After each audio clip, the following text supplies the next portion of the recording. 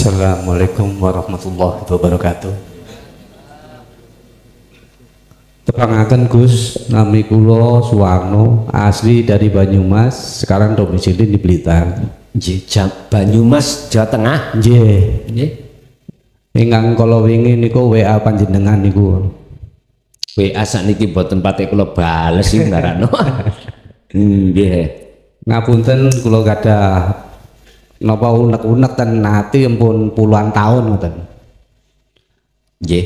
Ingkang unek-unek kawula menika napa sejatine urip ten pundi kawula mlaku lan sapa ingkang nuntun. Iku ingkang setunggal. Ingkang kaping kalih semenjak kula WA panjenengan terus dalune niku kula kok kados enten sing maringi buku tapi kosong. Teras kula kan maos wacanen kitabmu ngaten. Menika pertanda napa Gus? Matur mbah nuwun. Wassalamualaikum warahmatullahi wabarakatuh. Waalaikumsalam warahmatullahi wabarakatuh.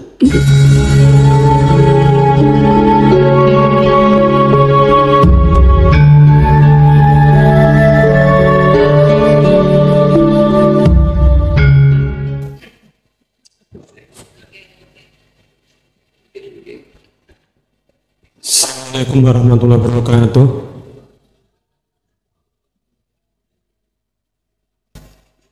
Terima kasih atas kesempatan diberikan kepada kami. Kami mohon penjelasan tentang masalah ini hubungannya dengan adanya takdir Qobti dengan Basti tadi, tapi hubungannya dengan adanya di dalam diri manusia itu namanya jin korin. Apakah ada kerjasama antara kalau kita menerima takdir Qobti atau tidak menyenangkan tadi dengan jin korin? Yang pertama itu. Yang kedua,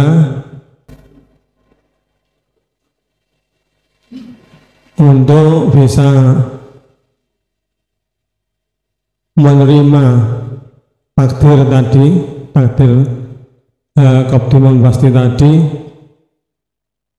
apakah yang harus kita lakukan apabila kita menerima takdir yang keduanya tadi? Itu saja sementara. Atas penjelasannya saya sampaikan terima kasih. Matur suwun. Apakah ada kerjasama antara wujudnya takdir dengan jin korin itu? Tinggal kita menjawab dari mana? Dari asbab, sebab akibat, atau enggak? Dari syariat ataukah dari hakikat?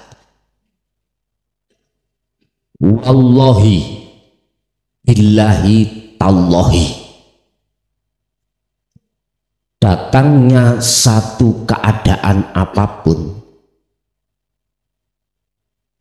Allah tidak pernah berserikat terhadap siapapun. Hakikat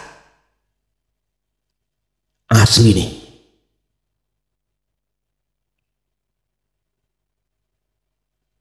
Ada dasar? Ada. Mungkin bisa dibuka dalam surah yang menyampaikan terkait masalah syafaat dulu Pak. Surat nopo? Az-Zumar 4 Pak. Ini langsung Rasulullah, boten tember-tember. Adakah Allah berserikat terhadap Muhammad ibnu Abdillah untuk menyampaikan syafaat ini? Tergantung jenengan nanti melihat, menerjemahkan, menghayati ayat ini dari sisi mana. Kalau sisi syariat sih jelas Rasulullah. kalau kita menghayati, ngerteni ayat ini dari sisi hakikat, beda lagi. Inilah letak kalau Allah tidak akan pernah berserikat terhadap siapapun. Kul, katakan Muhammad, sendika dawuh napa Gusti ingkang kula sampaiake. Lillahi ku tetep kedue Allah opo asyafaatu utawi pertolongan jami'an kelawan sekabehane. Artinya ayat itu pertolongan, syafaat itu milik Allah, milik Allah.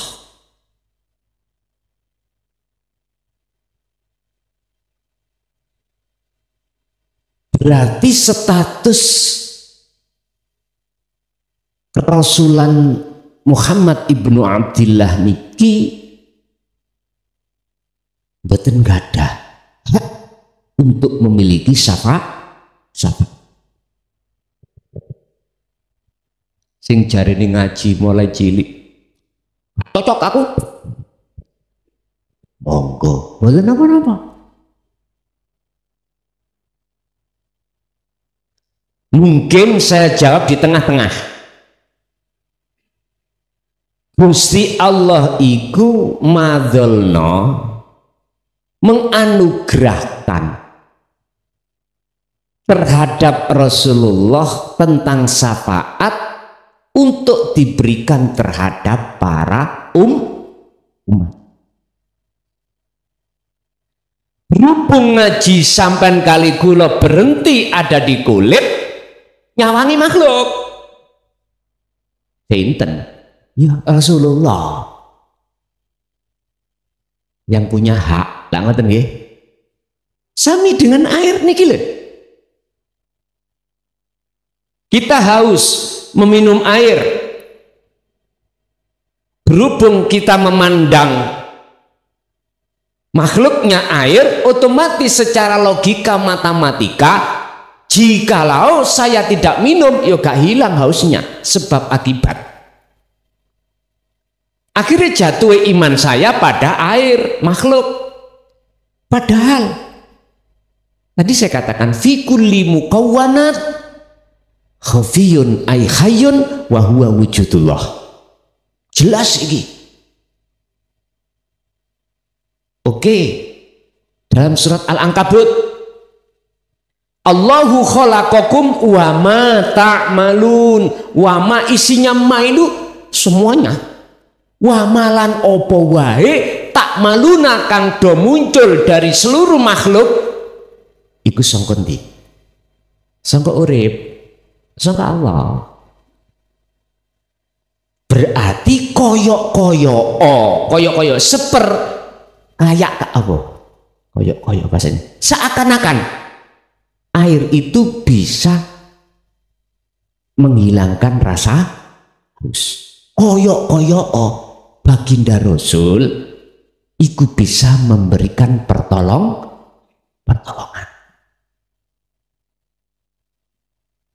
Innaka sak temene sira Muhammad iku la tahdi ora bakal bisa awe hidayah sira Muhammad man ing wong ahbabta kang nyintai sira Muhammad. Muhammad, sesungguhnya bukan kamu yang bisa memberikan petunjuk terhadap orang yang kau cintai atau orang dekatmu, termasuk ahli bait, gitu.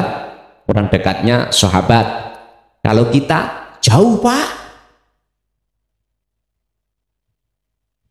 yang dekatnya nggak bisa, apalagi yang jauh.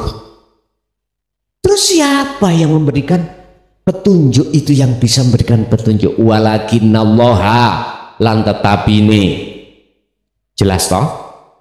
Utawi Gusti Allah iku yahdi kang bisa aweh hidayah sapa Allah man ing wong yasa kang ngersakake sapa Allah iman. Akan tetapi yang bisa memberikan petunjuk itu adalah Allah. Berkenaan dengan hal ini, ayat ini tidak jauh berbeda dengan apa yang koyo kulo sampaikan, sehingga hati sampai dong bisa sampai ke musyahadah, paham, koyo klason. Aslinya sinten? Allah. Berarti guru kita semua adalah Allah. Wes titik entek pun. Mengapa demikian? Supaya iman kita itu tidak jatuh pada makhluk. Disitulah supaya tidak ada penuduhan akwal, keadaan datang itu ada kaitannya dengan korin. Memang Pak, kalau kita lihat dari hukum sebab akibat nggih sampean ada kaitannya dengan korin. Contoh, aku kok iso ketok perkara iki ya. Berarti ono kongsi antara meripat kula dengan cahaya. Kongsi ini meripat kula melek, kongsi ini cahaya murup teko, akhirnya padang nggih. Sementara kita lalai yang satu setrum. Nggih mboten? Mengapa kita lalai pada Allah? Kebanyakan itu tadi jawabannya macam-macam. Kalau kula nggak dasar di surah Al-Baqarah ayat 5 dan 6, ya ini ki alasannya. Innalladzina kafaru itu dimaknani hati yang tertutup, hati yang buta. Iku sawaun alaihim a'anzartahum am lam tundirhum la yu'minun. Tidak percaya, dikasih wejangan atau tidak mau menerima, dikasih hidayah oleh Allah, tidak mau, ditolak. Makanya disebut kafaru. Padha uga wong iki dikandani atau tidak, tetep iku layu minun. Akibatnya apa? Khotamallahu ala qulu, dikunci sudah.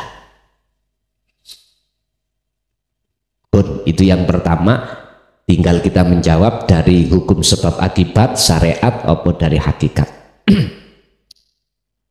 Yang kedua,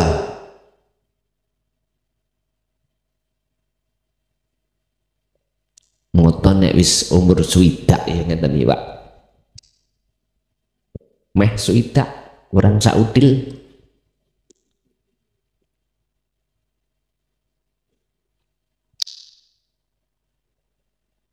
Menghadapnya dalam satu keadaan baik qobdi maupun basti, apa yang harus kita lakukan?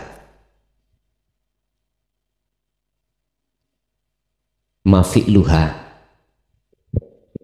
apa yang harus kita lakukan Pak?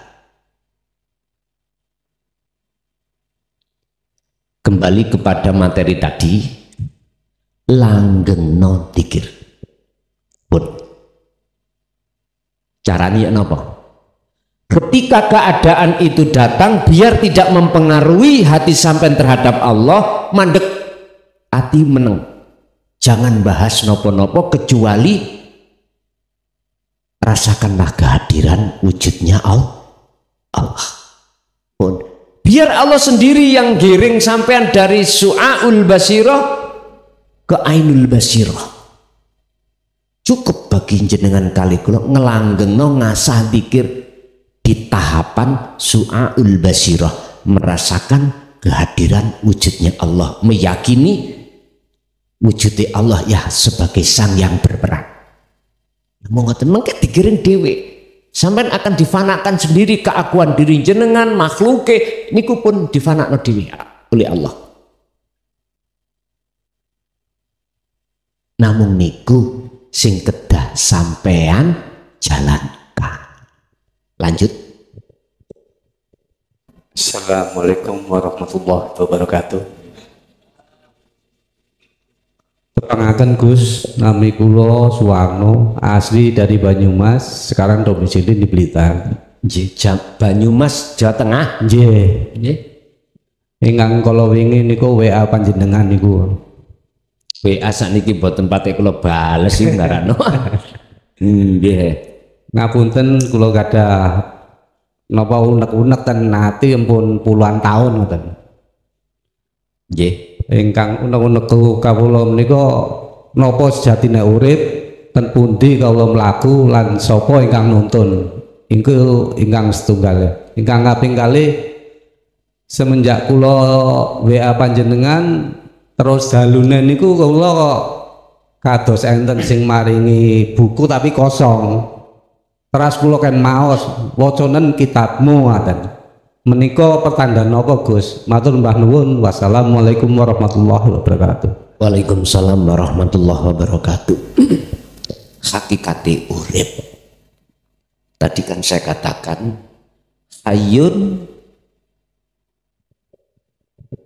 wa huwa wujudullah. Hakikate urip iku wujude Gusti Allah. Bukan mata dohir ini yang dijadikan alat untuk menghadap bersaksi, enggak. Tapi mata batin jenengan yang disebut ainul basiroh ini yang harus menghadap bersaksi. Iman yang kumaksud di sini adalah iman yang sudah masuk di ranah ihsan. Berangkati dari rasa tadi. Sebab rasa itu nggak pernah bohong, Pak.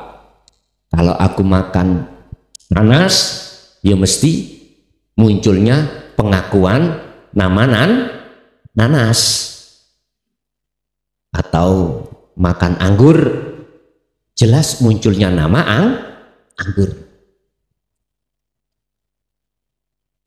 Inilah yang kumaksud tahapan di dalam dzikir sirul asr niku ada su'aul basiroh wa ainul basiroh wa hakul basiroh.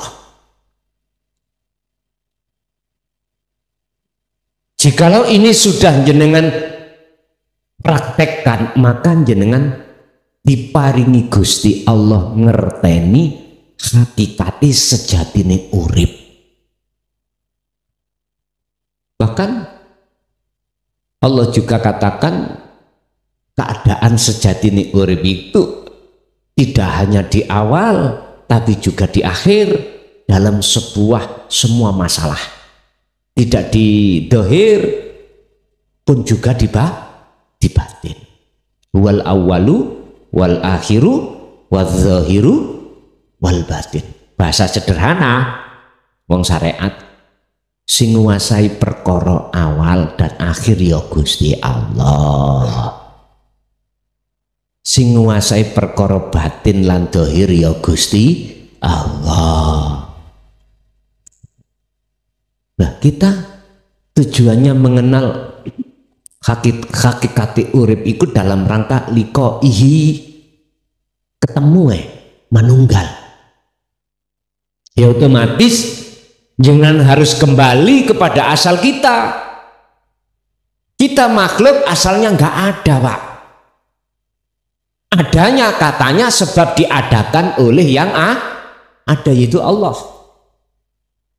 Dan inilah dijadikan oleh syahwat, nafsu untuk memaksa hati sampai kali kula supaya ngerampas sifat wujudi Allah, sifat adanya Allah. Akhirnya kita jangan heran kalau merasa wujud.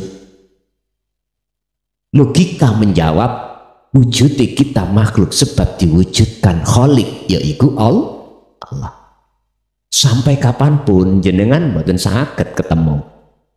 Karena masih ada dua. Sekalipun kita sadar wujudnya kita sebab diwujudkan oleh wujud sang yang wujud atau yang wujud, tetap nggak bisa. Pangeran si anak loro balio berarti kembali kepada ketiadaan. Bahkan Mungkin dalam makalah beliau salah satunya idfin wujudaka fi ardil humul. Pendemen rasa keakuanmu yang wujud sebagai makhluk ini pendemen. Di mana? Fi ardil humul, di dalam bumi kesunyian, kefanaan. Dalane ya lewat dzikir wau. Torikoi lewat dzikir baru bisa kembali ketiadaan. Kalau sudah kembali ke asal kita ketiadaan, maka disitulah akan nyata wujud sejati yang dimaksud urip. Pun entek. Nek wis ana kuno, ya wis tumak ninao. Wis nganuta nang Gusti Allah. Fi amrillah ing dalam hukum-hukume Allah. Ya sudah, nintiro wis, enak Pak. Yang kedua, masalah kitab. Ini sebetulnya Bapak Ibu, yang dimaksud kitab itu yang disimpan oleh Romo di atas pogo, ditutupi kekep. Bahasane dulu ngoten ya. Muter-muter kula nang ngene menek pogo.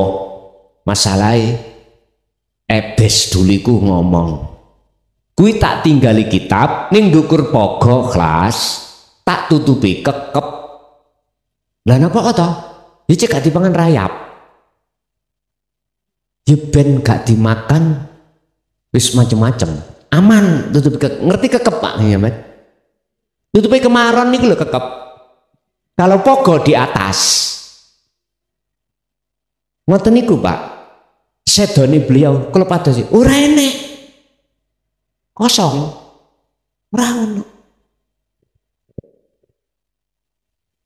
Iku maksudnya kitab di dalam hati jenengan tanpa tinulis tapi bisa jenengan waos. Lah ini loh dipaksa oleh Allah terhadap diri saya secara syariat untuk menulis. Resikonya paling kalau nggak di penjara. Gak apa-apa, tak lakoni. Kan tuh nunggu waktu mawon. Habis kitab awal sampai 4 jilid, ya 4 jilid, pasti menginjak kitab akhir. Kitab akhir itu 30 jilid, kita 30 juz. Ya sudah. Nek cara bahasa sing sampean takokno wau kitab. Itulah Pak Al-Qur'anul Qadim. Titik. Itulah wahyu-wahyu Allah yang tersirat yang ada di dalam ayat Qur'aniyah dan Kauniyah. Qur'aniyah berarti tulisan Quran, Al-Qur'an Karim itu. Kauniyah alam niki Pak, alam niki. Makanya orang dulu zaman kuno gak ngerti maca Quran. Alam ini yang dijadikan sebagai pembelajaran untuk mengesahkan Allah. Para kekasih Allah dulu itu dihaturi Allah untuk menerjemahkan ayat-ayat kauniyah untuk mendapatkan ayat-ayat yang tersirat. Iki yang disebut Al-Qur'anul Qadim, tanpa ditulis tapi bisa diwaca. Nah iki dipaksa ditulis. Tapi tolong jenengan sing gak dibagai Gusti Allah aja muring-muring. Pasti niku mengki seleksi pon. Ya, sing kitab awal sih siapapun bisa untuk mengkonsumsi belajar monggo, tapi nek kitab akhir engko dhisik. Mengapa harus ada muncul Quran? Al-Qur'anul Karim. Padahal Allah juga menurunkan wahyu terhadap Nabi Isa. Sempurna nih kitab disebut kitab Injil. Mengapa harus muncul Taurat? Apa kurang sempurna wahyu Allah itu di dalam Taurat? Apakah kurang sempurna Jabur wahyu Allah? Kok kadek diturunkan lagi sampai 4 ini? Yang tujuannya untuk menyempurnakan. Apakah tidak sempurna? Sempurna, Pak. Oleh karena banyak tangan-tangan syaiton yang merubah maqasidul a'dham, makhlus syahidnya perwahyu itulah, maka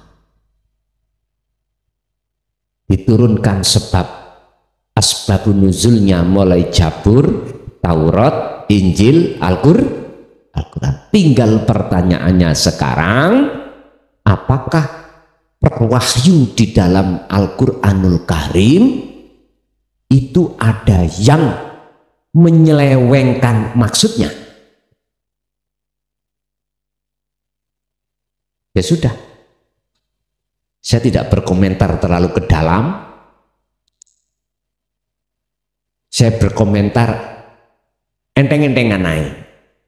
Ada faktor indikasi-indikasi untuk merubah ayat-ayat Allah dalam Al-Quran. Mungkin jenengan eling namanya Salman Rushdie, sekitar tahun 88 atau 89. Ingat Pak?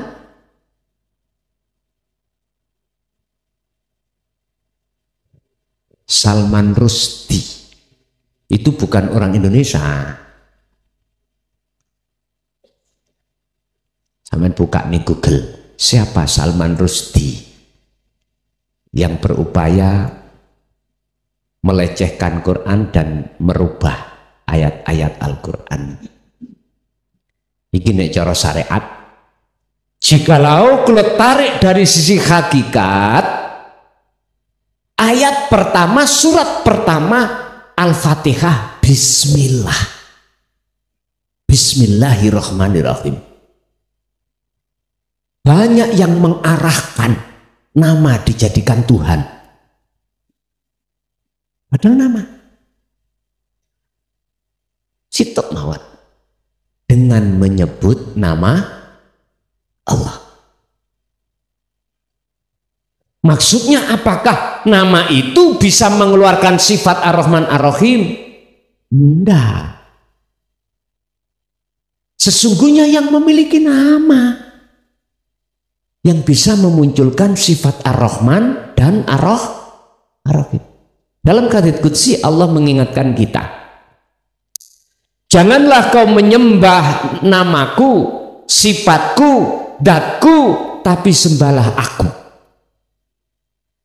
Wes, ayat hadits qudsi iki nek diberikan pada kita yang belum punya akses, ndas niku pecah. Aku maksudnya piye? Oke, di luar hadits qudsi Al-Quran, kita masuk ke ranah surat Toha ayat 14. Innani anallah la ilaha illa ana. Ana terus ingsun. Fa'budni yo ana ingsun. Wa aqimis shalah li dzikri lo ingsun.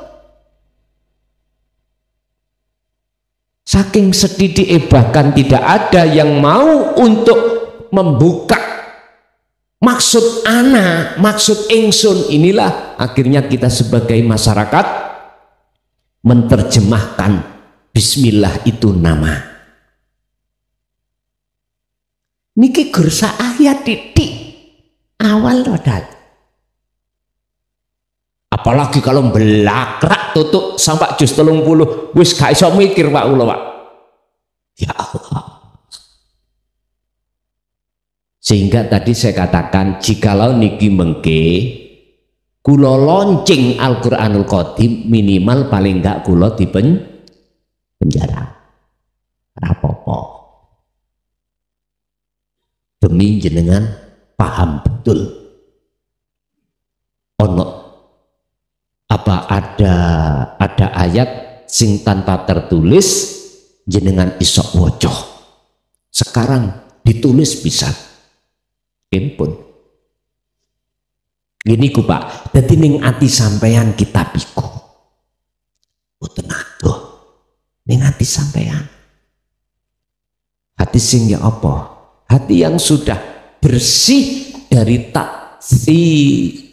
minta tiril dunia, dari pengaruhi kehidupan dunia. Hati sampean bersih dari pengaruh-pengaruh kehidupan dunia, baru Pak, di situ Al-Qur'anul Qadim akan nyata miturut pandangan meripat ati panjenengan. Niki ternyata yang dimaksud tak simpening pogo, tak tutupi tiba tak golek ora temu. Dohire niki gak adoh ambek wong Jawa ngarani urip iku kuwi akan isok ketemu nek wis ketemu galihe. Lah ya wis ana kono ternyata. Ngono kok gak dijelaskan kan biyen. Kene mumet sampai dijotos ambek abah lho. Gara-gara kongen goleki susuane angin, ya toh. Ketemu Pak, menurut pandangan kula susuane angin iku lesus. Tak duduno dijotos kalih pake lho. Nggih, lanjut. Lihat. Nun sewu Bapak Yai. Nggih. Badhe tanglet. Kula saking Dali nami kula Sugiharto Lestari.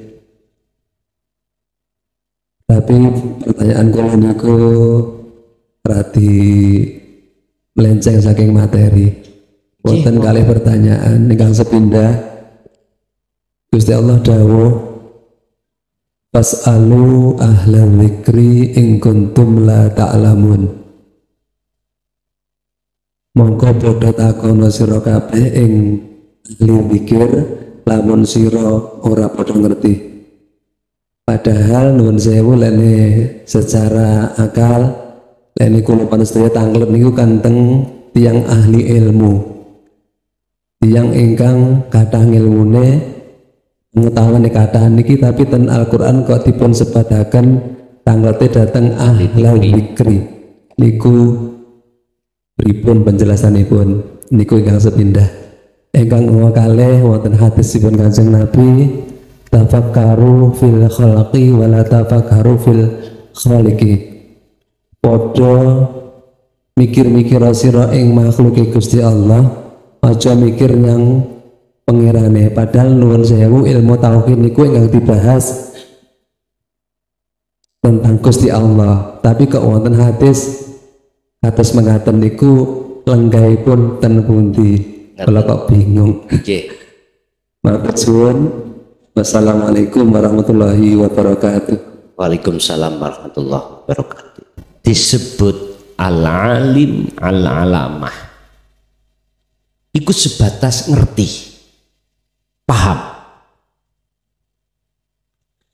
Dan ilmu ini yang dipahami memunculkan satu nur disebut nur kasfi. Kalau bahasa kasab suwari.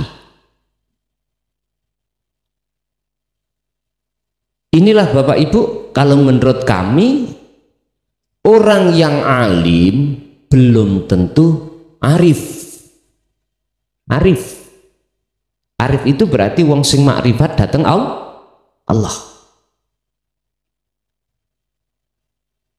Tandane wong alim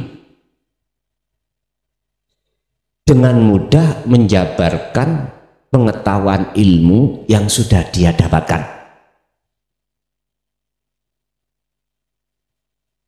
Terus arif itu sendiri adalah orang yang meningkatkan kealimannya menuju kearifan. Otomatis arif ini disebut sebagai ahli dzikir. Berarti derajate al-alim dengan wong sing ngalim ambek wong mudzakir atau wong sing ahli dzikir itu di mata Allah lebih tinggi ahli dzikir. Sebab dikatakan ahli dzikir ini jelas arif. bukan alim, arif niki. Kalau kita yang alim itu pintar dalam mengolah kata, menjelaskan maksud-maksud daripada perilmu. Tapi kalau arif niki lebih halus lagi. Lebih halus lagi. Karena berbicara tentang masalah daqaiqul asrar, lembut-lembute ngilmu kepangeranan. Kalau alim iku sebatas makhluk sih an.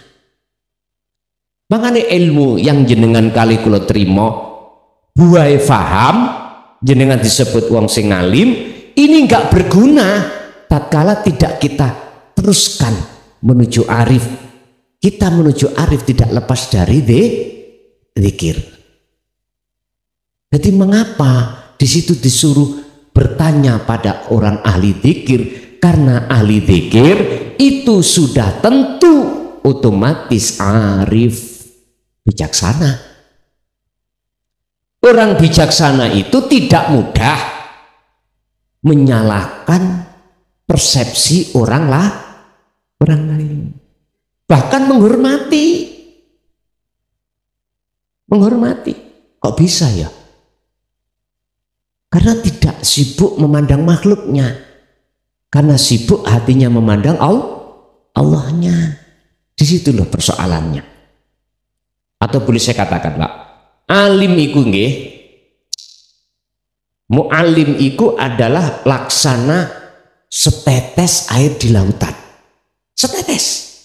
Tapi arif yo air yang ada di lautan. Ya wis niku pun.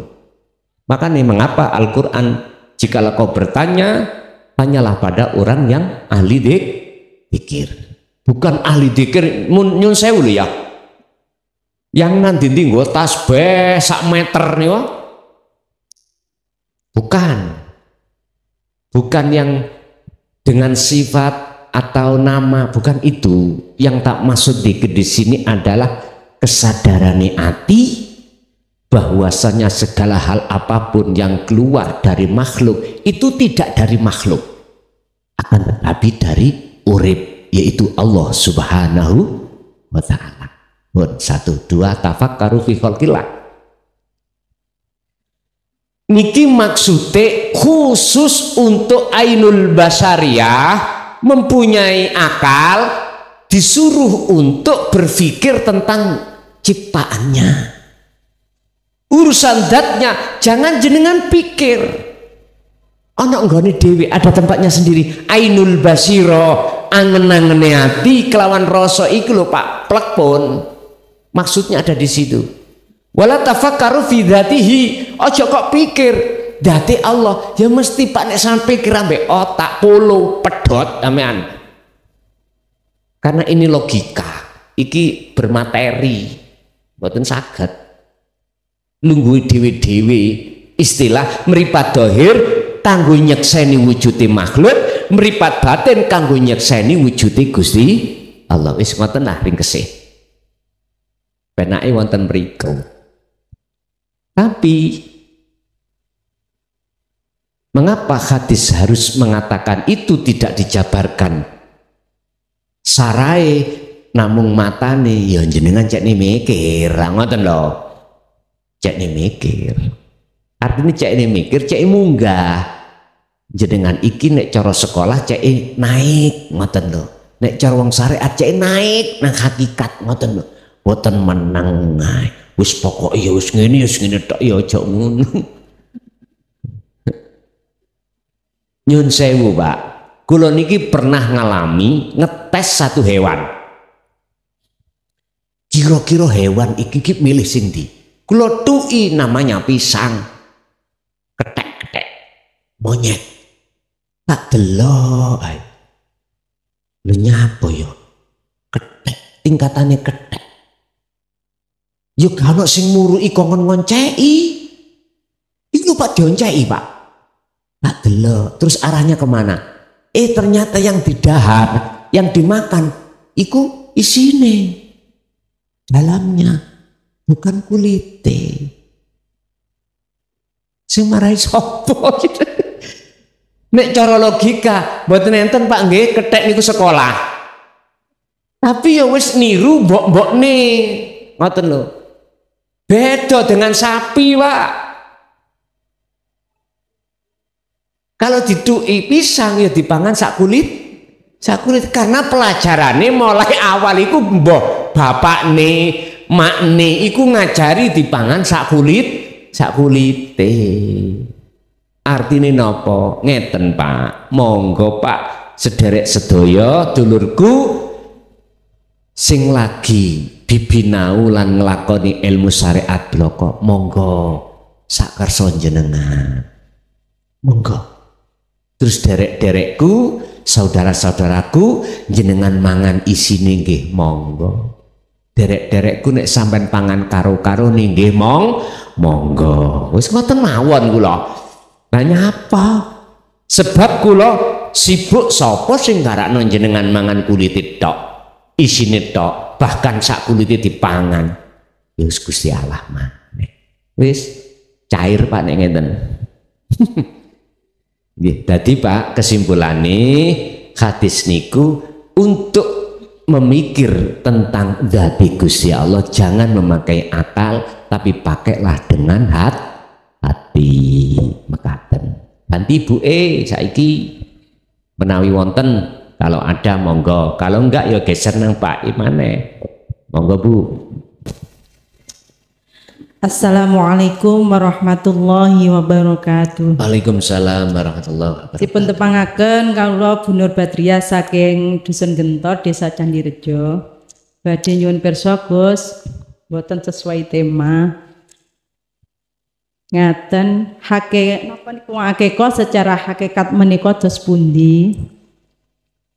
Sering kita mirengaken wonten kajian syariat menika bilih kagungan putra utawi putri ingkang dereng dipun ngakekoi benjing leknipun sampun pejah, lek pun sami-sami pejah benjing mboten saged pinanggihan kranten tasik wonten gadean.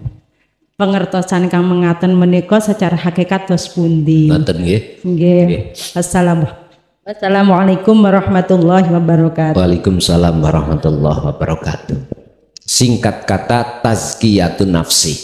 Singkat kata bersih diri. Sebab apa kok bebersih diri? Karena ada indikasi apa? Kekotoran. Mengapa sampean harus nyaponi omah? Karena omahe kotor. Iku asal pun. Hakikat di dunia syariat dikatakan sebagai penebusan roh iku. Sakwise Gusti Allah ngadekno karena Gusti Allah kanthi duit, Pak. Nggak punten, adik ngadekno barang. Ini ada kaitannya dengan surat Al-A'raf ayat 172. Ruh iku sebelum Allah tiupkan terhadap jasmani, ruh niku tanda tangan perjanjian. Apa isi perjanjiannya? Tidak akan menyembah, memuja-memuji, bercinta kecuali hanya datang Gusti Allah. Alastu birabbikum? Roh jawab qalu bala syahidna. Wis mpun diarani Gusti Allah gadekno bahasa gaden-gaden ngojo. Gusti Allah iku gantungno yang namanya perjanjian ini betulkah kita laksanakan? Nah itu loh. Ternyata semua manusia tanpa terkecuali mulai zamannya Rasulullah Nabiullah Adam alaihissalam sampai anak turune sampai kali kula mesti ngalami jeglak buah huldi. Berarti jeglak, Pak. Dahar terus itu yang aluse Blitar, dahar. Ya sahabat dunia itu sebetulnya Sejak kapan ruhaniyah kita itu bercinta, beriman, bersukaria terhadap syahwat dunia? Sejak batas kita mulai akil baligh, masa dewasa. Siapapun kita ngincipi perkara sing kotor. Lho niki lho, maksude iku sampean belehno wedhus. Wedhus niku gambaran sifat ulaika kal an'am balhum adhal, termasuk kal an'am, golongan kal an'am. Disebut kilpat sikile papat raja kaya, termasuk wedhus. Blen sifat sampean iki lho sing kaya wedhus iku kudu dibel. Makanya saya katakan tazkiyatun nafsi, bersih diri. Bersih diri. Bersihkanlah semua perkara selain Allah yang sudah masuk dalam hati kita yang disebut hubus syahwat. Gini ki hakikate. Mosok Gusti Allah dibayar ambek wedhus. Dohire yang mboten lah Pak. Satu, di dalam hikmah kita menjalankan akikoh niku Pak, secara enggak langsung mendidik kita cek mudah gampang bersodakoh. Gampang ngejak tonggone, ayo mangan, ngaten ya, wedhus. Sebetulnya bukan wedhus mbek-mbek niku, hakikatnya sifat kita yang persis koyok 35. Nomere niku 35.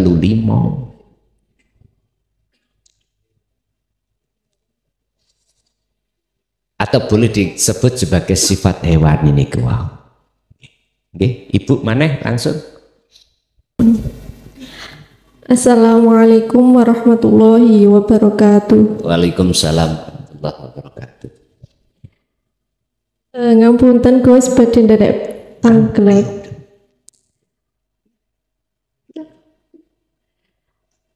Nggih, monggo Bu.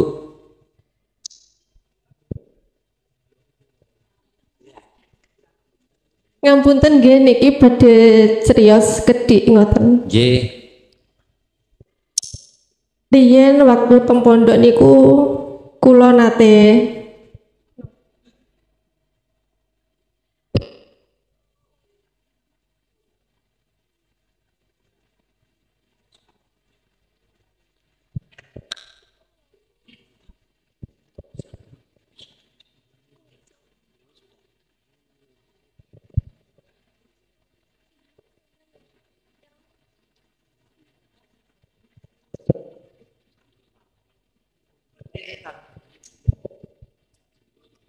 Pak punten Gus niki kula wakili ngoten. Nggih. Riyen rumiyin tasik dateng pondok ngoten niku mriku nate badhe salat tahajud ngoten. Nate niku nate badhe salat tahajud. Salat tahajud. Nggih. Badhe ngoten rumaose niku bayang-bayangi kados ngetutne teng wingkinge ngoten. Ada bayang-bayang. Nggih ada. Yang seakan-akan napa niku salat niku enten bayang-bayangi piyambake niku nggih berjalan teng wingkinge ngoten. Nggih. Ngoten. Niku ingkang pertanyaan sepindah. Napa niku ngoten? Nggih, napa niku? Niku pitah. Terus ingkang angka kalih ngeten. Menika sampun ate tumut napa niku baiatan Qadiriyah kare Naqsabandiyah ngoten. Nggih, sami. Awal mula saderengipun nderek menika ketrumiyin niku dateng manahipun wonten benih-benih kalimah la ilaha illallah niku baik keadaan rame napa sepi niku teng manahe ngoten niku terus enten tuntunan la ilaha illallah ngoten. Sedangkan saking dawuh yai-yai lintu ngoten niku ingkang dawahaken Allah mboten la ilaha illa qadirah kan la ilaha illallah ngoten. Sedangkan napa ingkang naksobanti Allah Allah dan niku pundi sekitane nekuni ingkang la ilaha illallah ingkang sampun wonten benih teng manah napa Allah Allah ngoten. Ngoten nggih. Nggih sampun matur nuwun nggih. Boten kirang ngapunten. Assalamualaikum warahmatullahi wabarakatuh. Waalaikumsalam warahmatullahi wabarakatuh. Berbicara tentang bayang-bayang, bukan bayang lungguh nih lho bayang. Sesuatu sosok yang selalu mengikuti. Ini Pak, sebetulnya terhadap siapapun, kalau alam mukasyafah itu Allah buka dalam hati seseorang, pasti dia akan diberitahukan Allah terkait siapa secara syar'i yang menghuni alam mukasyafah ini. Ini adalah makhluk-makhluk yang bersifatkan ghaibiyah. Ada malaikat, ya. Sehingga apa yang ada di dalam, mohon maaf, alam mukasyafah ini bukan salah satu tujuan penting si salik ketika suluk itu. Bukan. Insya Allah di dalam makalah 165 atau 66 beliau menyebutkan ngeten.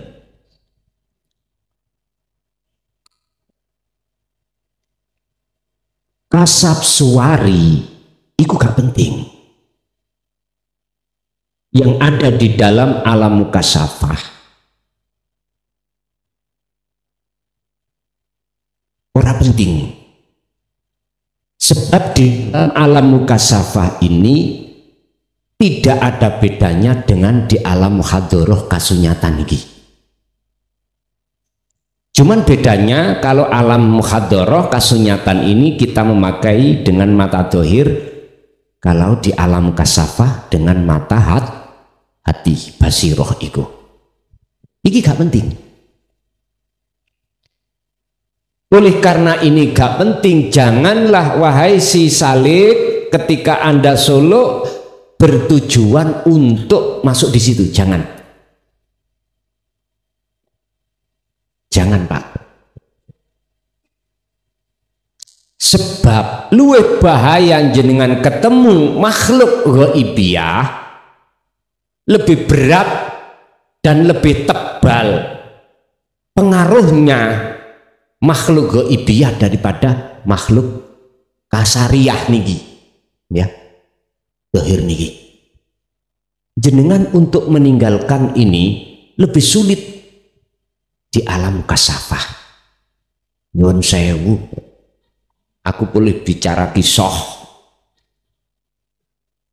Meh setahun Pak, kalau niki ninggal ngoten niku sik diober-oberai.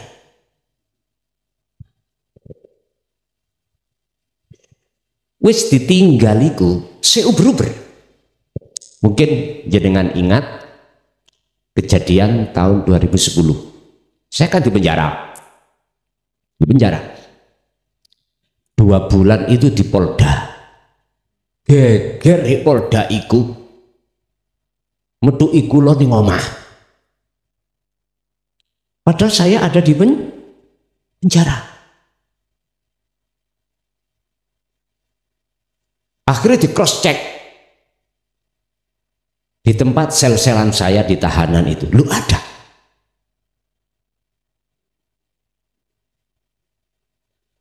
Lu wis ditinggal lo si Uber. Apa mana gak sampean tinggal? Lebih mudah jenengan iku meninggalkan istri, anak, teman, wis nang alas. Lho, gampang toh? Daripada sampean iku nek wis terjebak di dalam kasab suwari iku susahnya setengah mati.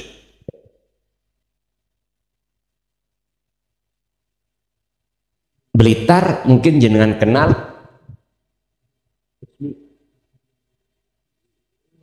Diri nggih.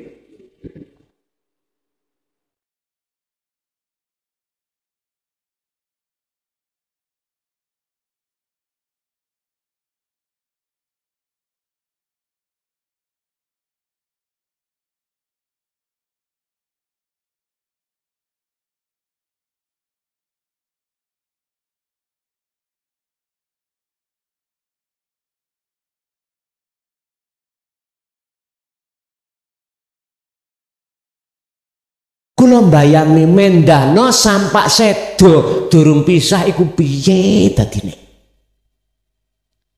Beda Pak, jenengan tidak arahnya ke situ terus Allah bonusi beda. Beda. Itu beda. Beda. Lah si salik cukup jenengan ini bermaksud tujuan liko ilah aja.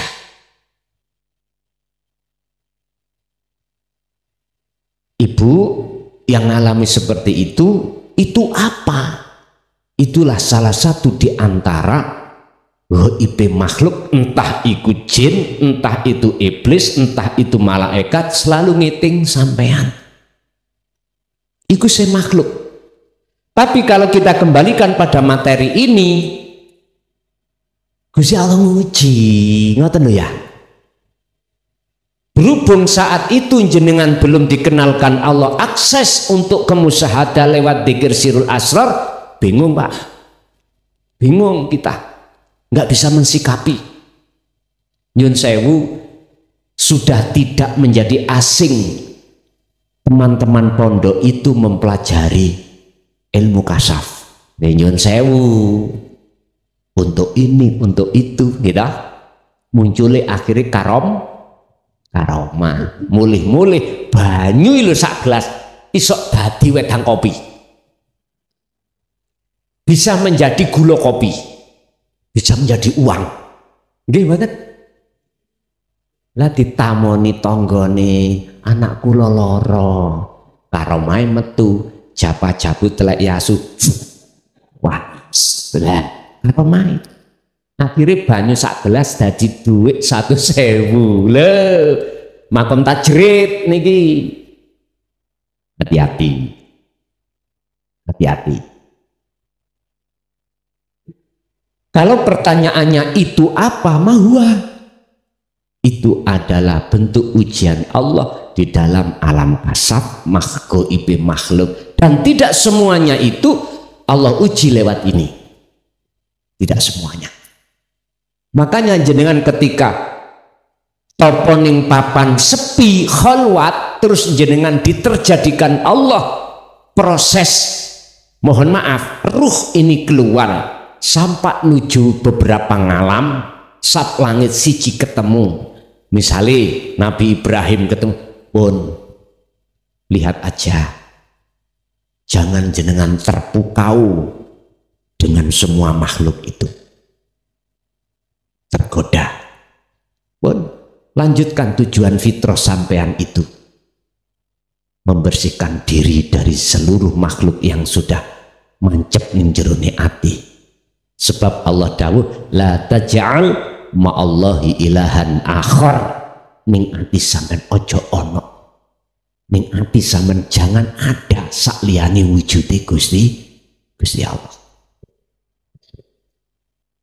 Janganlah kau menjadikan pangeran lain lho ngono lho karepe syariate teng mriku ning atimu ngoten selain Allah.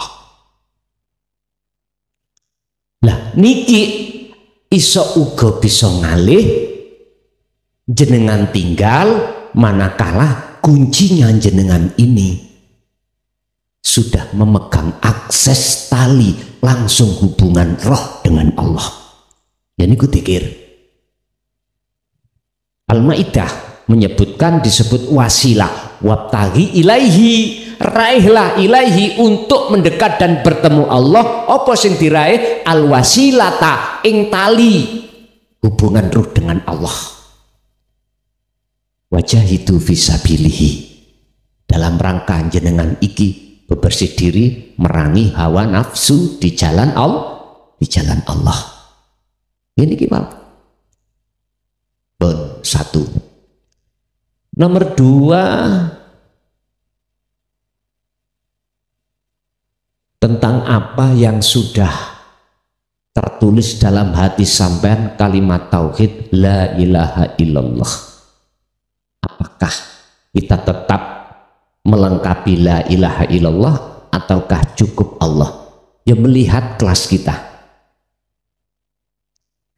Fa'lam, ngertenono siro, sebelum kita membunyikan la ilaha illallah wajib ngerteni di sini la ilaha illallah. Jika angger ngucapai ngertenono, pahamono apa maksudnya di dalam la ilaha illallah. Sebab lewat wadah inilah jenengan akan menemukan anak Allah. Kalau posisi kelas kita, Pak, masih ada di syariat nama, berarti ya kita terus mocoai dengan dzikir jahri kelas kita. Ya sampai lengkapi la ilaha illallah, la ilaha illallah. Masuk di dunia thariqah kita dikenalkan sifat. Akhirnya di situ ada penjelasan dzikir nafi itsbat lewat dzikir sirri. Mlebu metu Allah, Allah. Itu kalau sudah nafi bisa. Hanya muncul Allah, aku Allah. Kalau belum nafi nggih boten saged. Ya melihat kelas kita ada di mana. Lah, thariqah nek gak digandengkan dengan hakikat, mohal untuk bisa makrifat. Jalan kalau tidak dibandingkan dengan tujuan, mohal kita sampai pada tujuan. Mohal. Contoh, kalau ditakoki berhubung gak ada tujuan, gak ada hakikatnya, son nang ndi son numpak motor, embuh gak ada tujuan ya Pak, ikut jeneng wong belakrak ya, gak ada tujuan ya. Apa tujuannya kita berthariqah? Untuk mendekatkan diri dan bertemu Allah. Makanya disebut salik, pelakunya ya toh, kelakuannya disebut solo. Pertanyaan saya, wahai saudaraku, sudahkah panjenengan itu sampai wusul? Jenengan tiduki thariqah Allah, sholat, niku thariqah. Tujuan nang ndi? Ada tujuan enggak? Sak butuh enggak? Lah ini Pak, kalau tidak digandengkan dengan pengertian maksud hakikat, mohal kita sholat untuk bisa lihusu ilah, enggak iso. Betul sakit. Harus digandengkan dengan tujuan. Hakikatnya kita sholat hanya satu, apa? Bertemu Allah.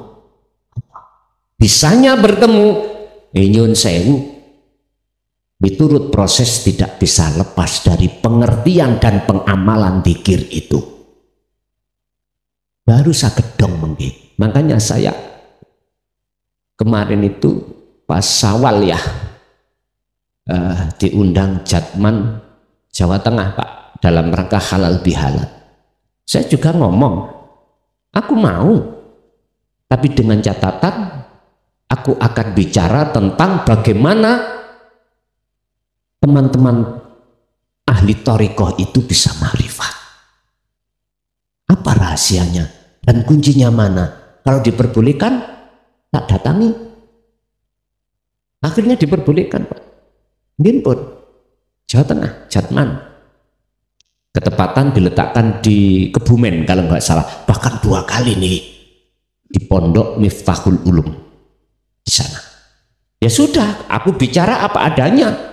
Urusan diterima gak diterima, nggih, bukan urusan saya.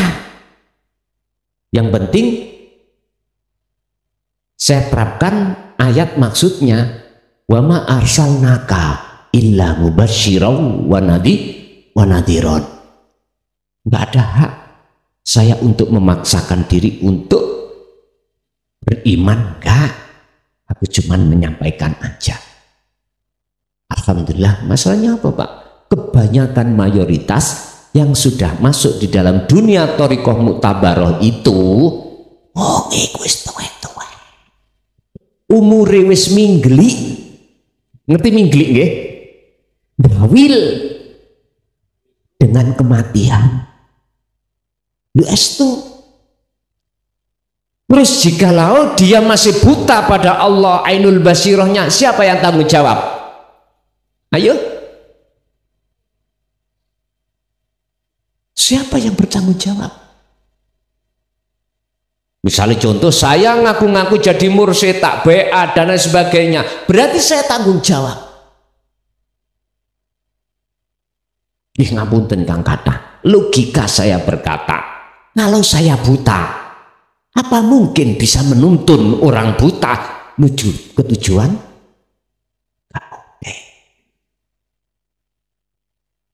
Coba nih gak percaya. Wong lurung nih kongen merem karo tuntunan nang omah bareng ngaji. Ayo disawang di video. Coba engko mlayune nang ndi? Iku logika. Makanya saya menemukan satu ayat yang menjelaskan tentang masalah hal ini di dalam surah Al-Isra ayat 72. Barang siapa saat di dunia hatinya masih buta pada Allah, kemudian sudah mingglik dan mati, dia pun di akhirat pasti buta. Wa adallu sabila, dan lebih sesat apa nih sabilan jalannya. Naudzubillah. Makanya bagi saya sebagai murid panjenengan, matur suwun kula Pak. Kula jadi murid sampean matur suwun. Kula sampean dunungno babakan ngeten iki. Sebab kebahagiaan hati, kedamaian, ketenangan hati letaknya tidak di dunia mewah. Boten.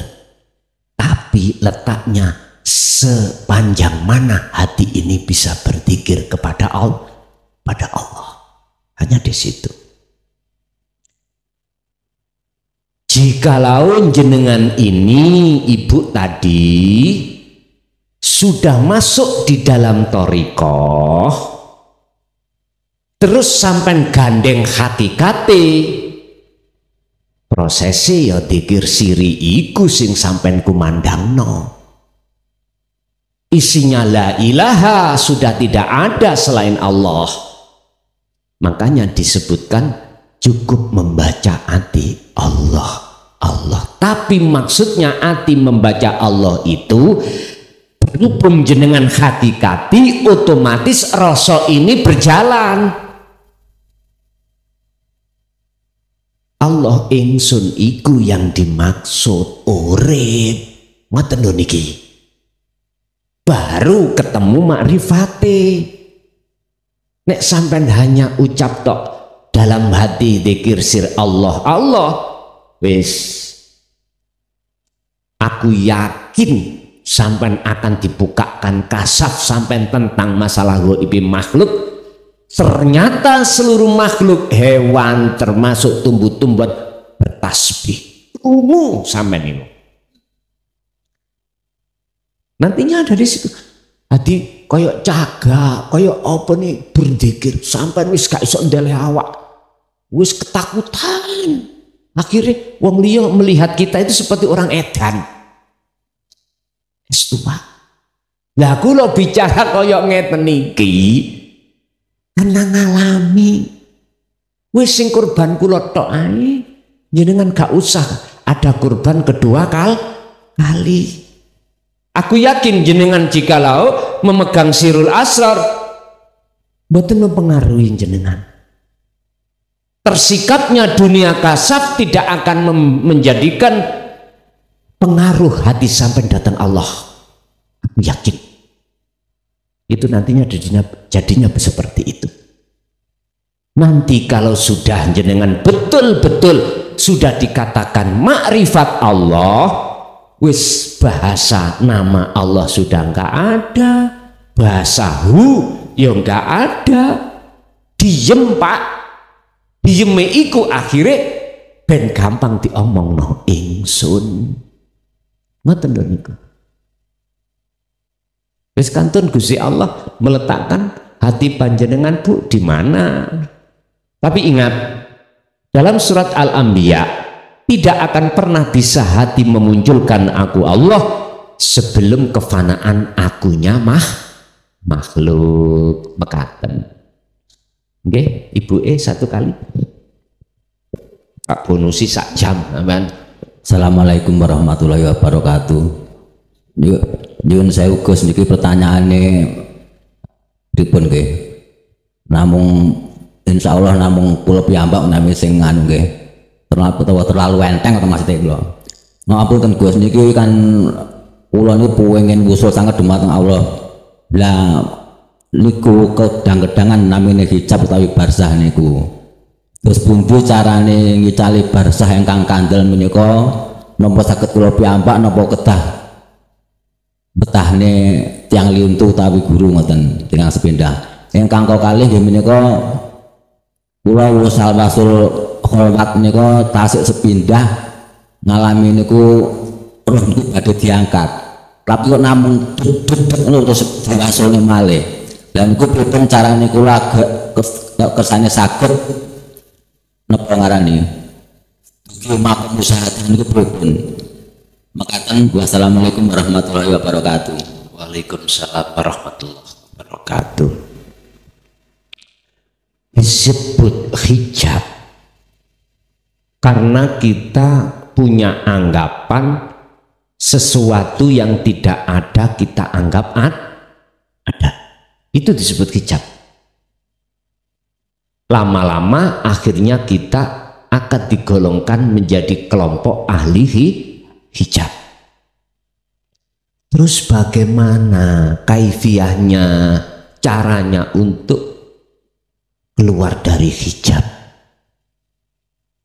Ojo tadi makhluk, tadi pangeran. Ayo. Tak bingung apa? Pun kalimat itu tak uraine Pak. Kok tafsiran sampean kok boleh khawatir nuju nanggone Fir'aun yang pernah ngomong yang ada di Al-Quran itu.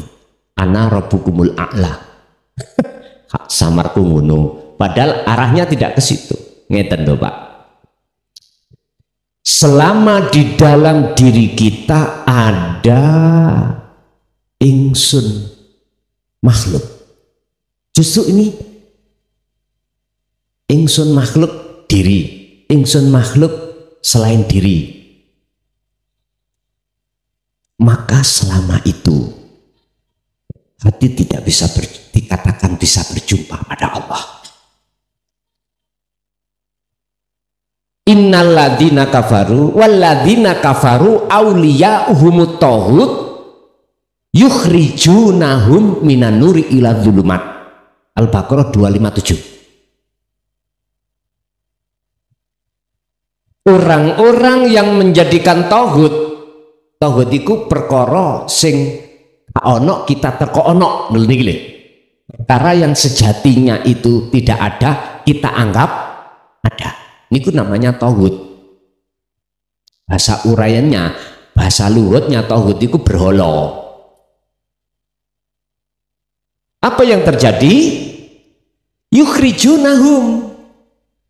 Tauhid itu akan mengeluarkan kamu minan nuri ila dzulumat, menjadikan hati Anda itu gelap pada Allah. Sebelum ayat ini Allah juga katakan Allahu waliyul ladina amanu yukhrijuhum minadzulumati ilan nur.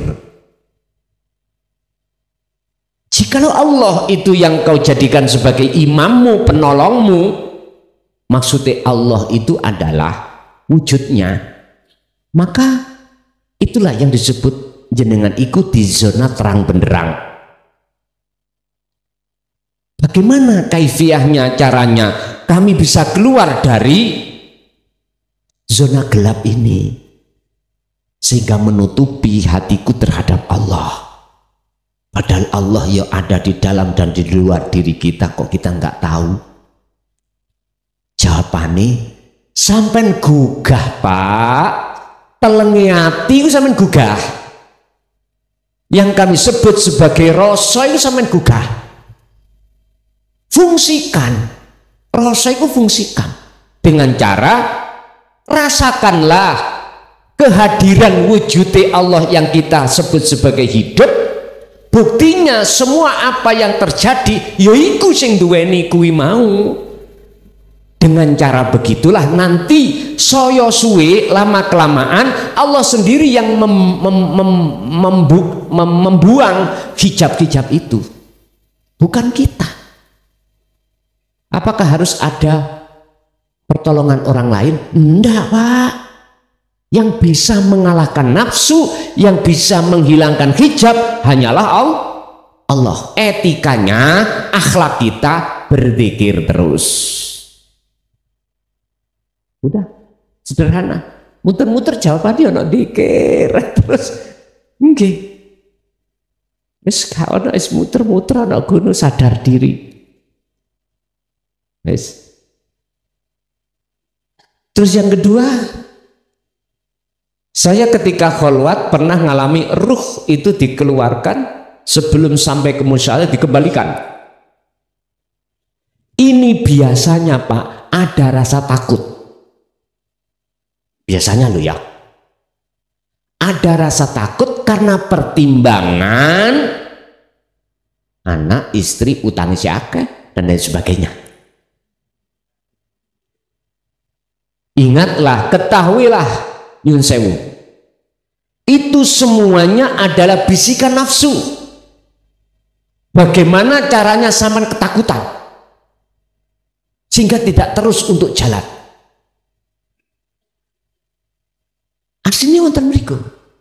Ingat ya, sepanjang ya ruh itu belum ditarik Allah dalam kewusulan terhadap Allah alias manunggal di alam musyahadah, ruh itu nggak akan pernah aman Pak terhadap nafsu. Nafsu itu apa? Pengakuan diri, yaitu loh nafsu. Kan sudah dikatakan dalam surat Yusuf, wa ma ubarri'u nafsi inna nafsa la amaratun bisu. Aku nggak pernah bilang kalau aku itu sudah aman dari nafsu. Intine sepanjang kita belum ditarik Allah di musyahadah, siapapun kita pasti gak aman sangka dene nafsu. Sebab nafsu nun vaksin diri itu adalah diri makhluk kebanyakan dalam diri kita. Wis gak aman.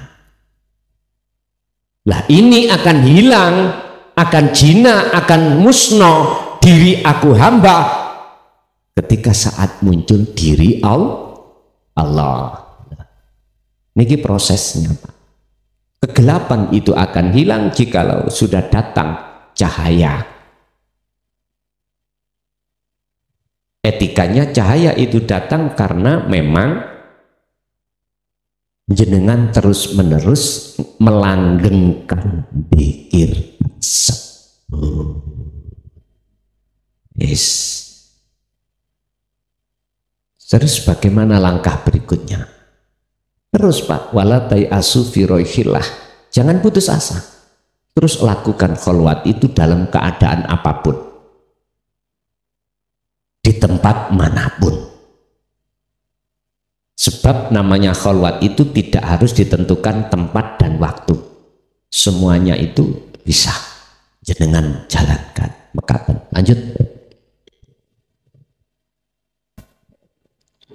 Assalamualaikum warahmatullahi wabarakatuh. Pangaken kawula saking namung tangga dusun mriki mawon. Ingkang kawula tangletaken Gus menika kula menika termasuk santri baru ngantos 3 tahun apa sekawan tahun. Niki ari kalane kawula kholwat menika bermimpi pinanggih panjenengan wonten ing mriku panjenengan dawuh bi kasratil sukri niku 3 kali. Lah terus ingkang kula tangletaken niku tamsile dos pundi ngoten? Napa wau kasroti Bi kasrati sukri. Nggih.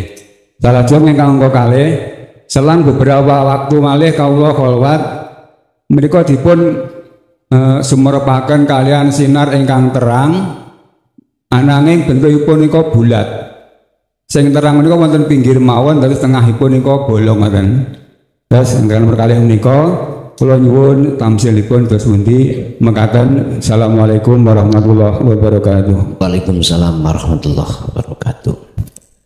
Bahkan mimpi itu juga dikatakan dunia kasaf. Tinggal kita mandangnya, bersaksinya kemana. Sebetulnya sama dengan kita di muhadharah niki. Tinggal pertanyaannya mandangnya kemana. Kalau yang dimaksud sukri ini bahasanya syukur, kita nggak bisa Pak dikatakan syukur dengan benar. Manakala dalam diri kita belum ada ikhlas. Yang kami maksud ikhlas, nggak merasa kalau kita yang makhluk yang melakukan. Nggak bisa kita dikatakan syukur. Nyuwun sewu, ini gandeng dengan pertanyaan derek kula yang ada di Malang kemarin. Kata syariat, wong sing gak gelem ndonga disebut wong sombong. Gitu. Kalau sudah duduk di hakikat, mohon maaf sekali lagi, gak wani njaluk. Karena njaluk itu tuduh dihukumi wong sing kumprung, gak duwe tata krama, gak punya tata krama etika pada Allah, itu namanya kumprung. Bapak Ibu, Allah sudah jelas mengatakan la in syakartum la azidannakum. Di situ tidak lepas dari kata ingsun. Berhubung kita tidak mengerti ingsun kemana sebenarnya, akhirnya hakikatnya syukur kita itu belum bisa tembus pada Allah. Akibatnya syukur kita itu puji kita pada makhluk. Nun sewu, kita ada masalah Pak, terus ditulungi tonggo kita. Matur suwune nang pundi? Tonggo. Padahal di dalam tonggo ada Allah nggak? Ada. Kita nggak bisa tembus di situ Pak. Akhirnya jatuhnya iman kita, yang bisa menolong kita adalah tetangga. Ini persoalan. Ngekeh kuwi syukur datang Allah, artinya kemakrifatan pertemuan jenengan datang Allah lewat bahasa syukur, gunakan. Satu hari satu malam kehitung 24 jam. Apapun keluar masuknya nafas, apakah ini bernilai maksiat apa taat nang Allah? Dikatakan maksiat manakala bebarengan napas ini kita lalai pada Allah. Itu maksiat. Dikatakan taat pada Allah tatkala bebarengan napas keluar ini dibarengi hati ini ingat pada Allah. Sing tak maksud ingat, sadar bukan kita makhluk yang wujud, bukan kita makhluk yang bisa ini bisa itu. Itu yang kami maksud syukur, ngekeh, memperbanyak syukurnya itu di situ. Satu. Nomor 2, niki pisan kas Pak nggih. Wis pundi? Wis sesuai janjiku tak entekno mesisan bah mulai jam pirang kok. Yang nomor 2 tentang cahaya. Cahaya terang dan cahaya gelap. Ini tamsilani nopo? Kulo tak tanya datang jenengan tapi pun dijawab Pak. Sing tanya tadi. Apakah munculnya cahaya terang itu dalam hati sampeyan, apakah ingsun Allah apa ingsun nafs, ingsun diri hamba? Pun dijawab. Jikalau munculnya ingsun Allah sing nyata, ingsun jenengan makhluk itu sudah tiada, niku nur makrifat. Niki adalah kasaf maknawi. Kalau bicara hikam. Tapi jikalau di situ kok sik muncul penemu makhluk entah diri jenengan atau makhluk selain diri jenengan, maka itu kasab suwari. Cahaya disebut mbuh Cak Nur, mbuh Mbak Nur. Itu disebut kasab suwari atau nurullah. Pun niku jawabane. Lah sing gelap wau nopo? Sampai tidak akan menemukan indahnya malam hari di atas sana Pak. Ada bintang, bulan, jikalau tidak gelap. Siang jenengan tidak akan pernah bisa memandang indahnya bintang dan bulan. Bisa memandangnya bintang dan bulan manakala terselimuti dengan kegelapan. Oleh sebab itu janganlah kegelapan itu menjadikan butanya hati jenengan. Bisanya bagaimana? Dadi sira seperti codot utawa lawa. Keluarnya kan malam hari, tapi enggak tabrak. Beda kalau kelelawar keluar siang. Artinya apa? Jikalau gebiarin dunya sing ono ati sampean kali kula niki sudah tiada, makhluk semuanya dalam hati sudah tiada, itu namanya jagate ati sampean iku disebut gelap. Gelap sangka dene makhluk. Lah dibalik kegelapan itu keindahan munculnya nyatanya bintang dan bulan yang kuartikan sebagai Allah. Tapi jikalau dalam hati sampean terang urusan dunya hubus sahawah, iku justru juga dikatakan gelape ati datang Allah, tapi nyatane sakliyane Gusti Allah di dalam diri kita. Terserah milih putih. Jadi bagi si arif sudah tidak ada bedanya antara cahaya gelap dan cahaya terang. Alam gelap dan alam terang nggak ada bedanya. Gini Pak, jenengan yang disebut wasilun itu ketika saat sendiri yo ketemu Allah, saat di tengah keramaian hiruk pikuk dunia jenengan yo sik panggah hati ketemu Gusti, sehingga hubus syahwah kebiarin dunia nggak bisa mempengaruhi jenengan. Inilah contohnya koyok dini seperti ikan yang hidup di lautan air asin, tiap saat dan waktu campur baur jasmani gembul asin, tapi rasanya ikannya dagingnya nggak terasa. Iku sebab ikane hidup. Coba nek ikane mati kaya iwak tempe, diuyai dilu mawon asin.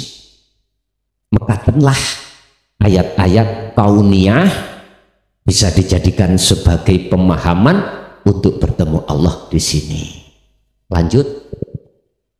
Assalamualaikum warahmatullahi wabarakatuh. Waalaikumsalam warahmatullahi wabarakatuh. Ngapunten niki wau kok tiba-tiba pengen bertanya, apa perbedaan dan persamaan dalam kita mempraktekkan zikir sirur asrar dan fanaul zikri? Apakah rasa saat berzikir sirur asrar itu akan hilang saat fanaul zikri? Nggih, ngoten mawon Gus. Matur suwun. Assalamualaikum. Waalaikumsalam warahmatullahi wabarakatuh. Apa persamaan atau perbedaan antara zikir sirul asrar dan fanaul zikri? Jawaban saya ini proses, Bu. Khusus ini ruhaniyah perjalanan si salik menuju wusul Allah. Sirul asrar itu bisa saya katakan telengi hati, berangkati dari pangroso, disebut su'aul basirah. Ini masih ada dua, ada yang merasakan, ada yang dirasakan, ada yang memandang, ada yang dipandang, ada mata untuk memandang. Ini tahapan sirul asrar di tahapan pertama, dan ini memang jalannya jenengan nggak apa-apa, walaupun masih ada dua, ada tiga rangkaian, nggak ada masalah karena ini prosesnya.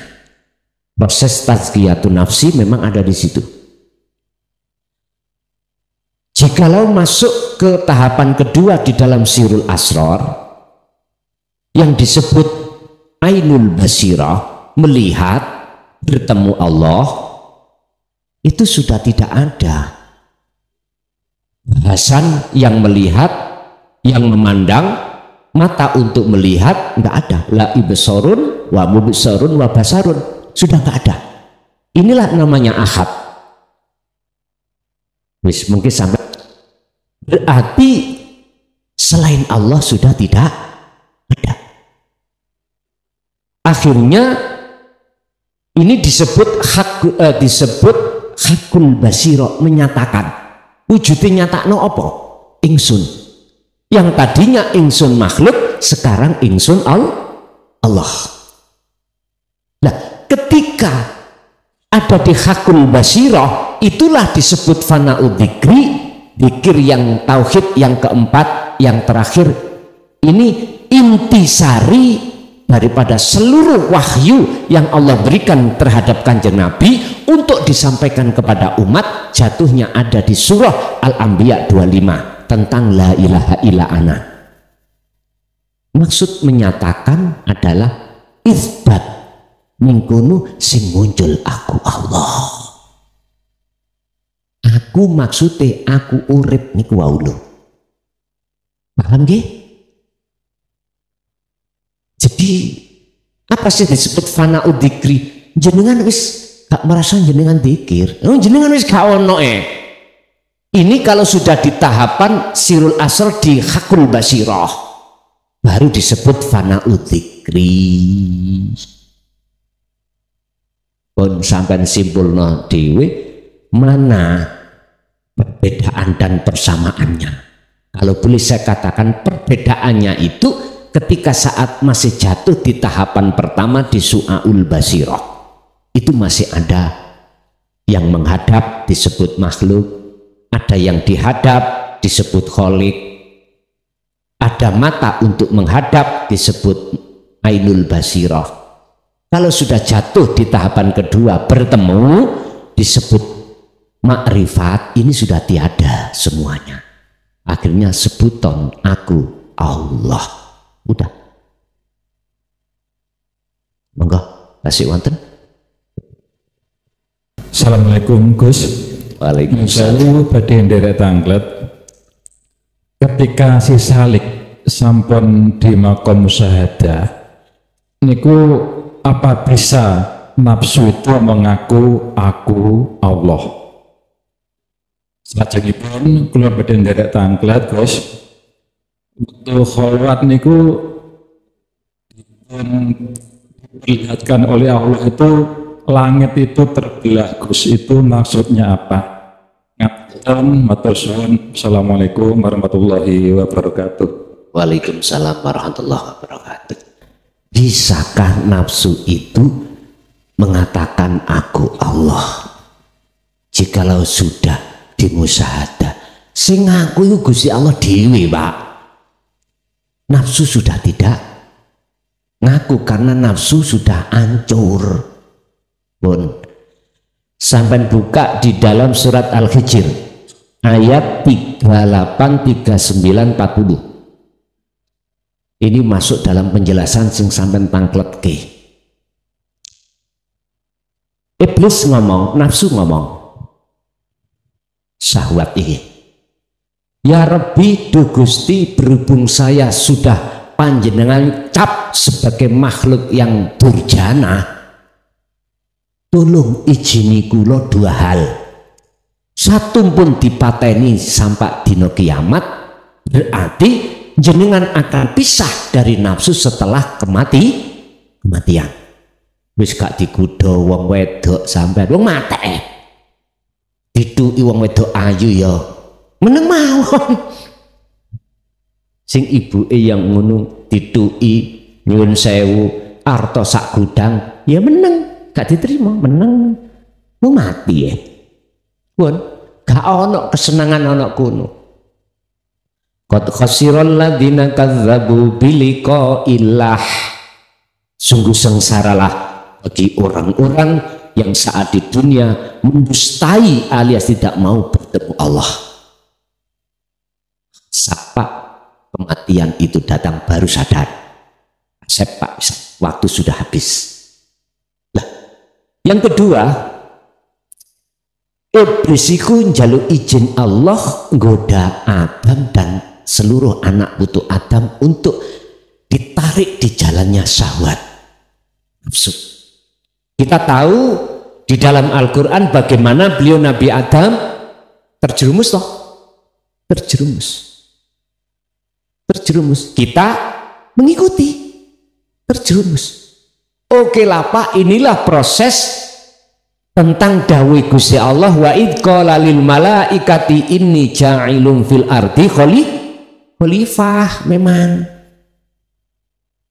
ya sudah, kita gembul atau hati ini tercampur dengan kekotoran. Yang terpenting adalah sebelum masa yang Allah tentukan kita sudah kembali ke fitrah lagi, gitu loh. Kita lihat sejarah Nabi Adam, bisanya kembali bagaimana? Fatalaqqa Adamu min rabbihi kalimatin fataba alaih. Artinya Nabi Adam iku purun rimo kalimat yang Allah berikan. Kalimat yang kami maksud dalam ayat ini adalah faktor-faktor menuju ketakwaan jenengan. Ilmu, ngamal, istiqomah. Inilah yang kumaksud kalimat itu. Ilmu yang kami maksud adalah dinu tauhid. Amal yang kami maksud adalah kholwat dengan akses zikir. Istiqomah yang kumaksud di sini adalah terus menerus. Baru fataba mongko nrimo tobat sapa Gusti Allah alaihi ngatasi dosane kesalahane Nabi Adam. Fataba alaih artinya kesalahan kita dengan bentuk mengadakan perkara yang gak ada tadi loh, diampuni Allah. Tapi dalam ayat yang 40 Allah katakan illa ibadaka minhumul mukhlasin. Iki omongan iblis. Semua aku jerumuskan ya Allah, tapi sitok golongan satu yang tidak bisa aku jerumuskan. Illa ibadaka, kecuali piro-piro hamba sampean ya Gusti. Minhum iku setengah saking ibad al-mukhlasina utawi golongan wong sing dipilih Allah. Siapa yang dipilih? Kembali lagi tadi keterangan wong sing dipilih wong sing piye. Intine yaiku wong sing memegang hatine pun titik. Berarti amannya ruh dari pengaruh hawa nafsu kalau sudah ditarik ke alam musyahadah. Kalau sudah ke alam musyahadah dikatakan, maka sing ngakoni aku Allah itu Allah sendiri.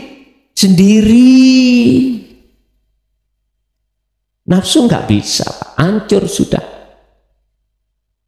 Kalimat nafsu, kalimat akal, kalimat roh, kalimat jiwa, kalimat sukma sudah nggak ada, sudah lebur sudah.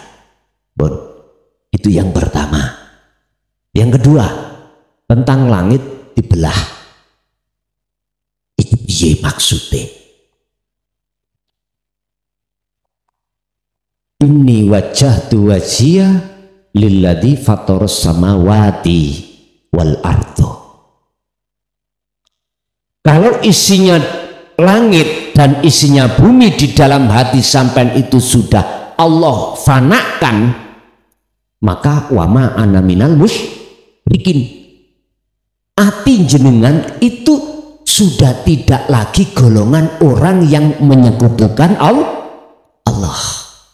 Artinya mafhum mukhalafahnya adalah kebalikan kata, jikalau isi langit dan bumi belum dibelah oleh Allah, belum difanakan oleh Allah, maka kita itu wa ana minal musyrikin, golongan orang yang masih menyekutukan Allah. Itu maksudnya. Berarti nggak bisa inni wajjahtu wajhiya. Makanya bahasa apa? Bahasa kiamat itu kan musnoe sakliyane Gusti Allah. Lah sekarang dalam hati ini sakliyane Allah sudah musno apa durung? Nah ini. Aku yakin jenengan walaupun berapa detik, jika jenengan sudah mendawamkan dzikir tersebut pasti sudah, cuman muncul maneh,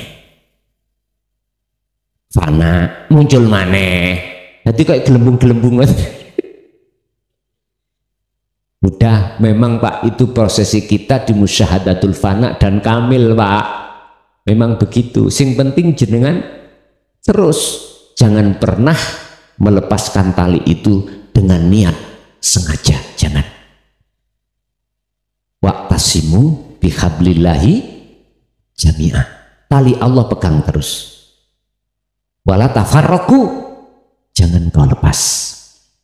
Jikalau jenengan nggak ada niat terus terlepas, ya iku karepe Allah dilepas jenengan. Ya wis karepe Gusti Allah kan aman Pak, aman. Jenengan dilebokno neraka wis karepe Allah, jenengan iku wis gak panas neraka niku.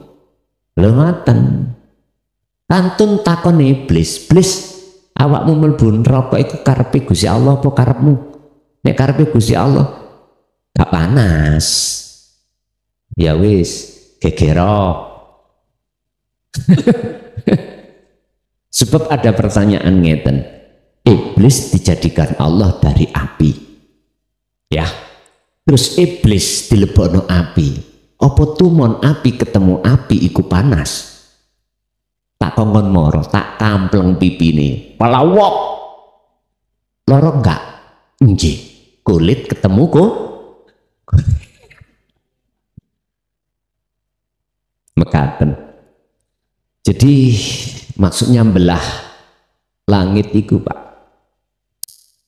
jenengan difanakan tentang urusan mukasyafah. Maksud Allah supaya jenengan bisa ke musyahadah. Nek bumi berarti muhadharah iki, ngeten lho. Ya kudu dibelah pisan. Kedua-duanya harus lenyap mekaten. Masih ada?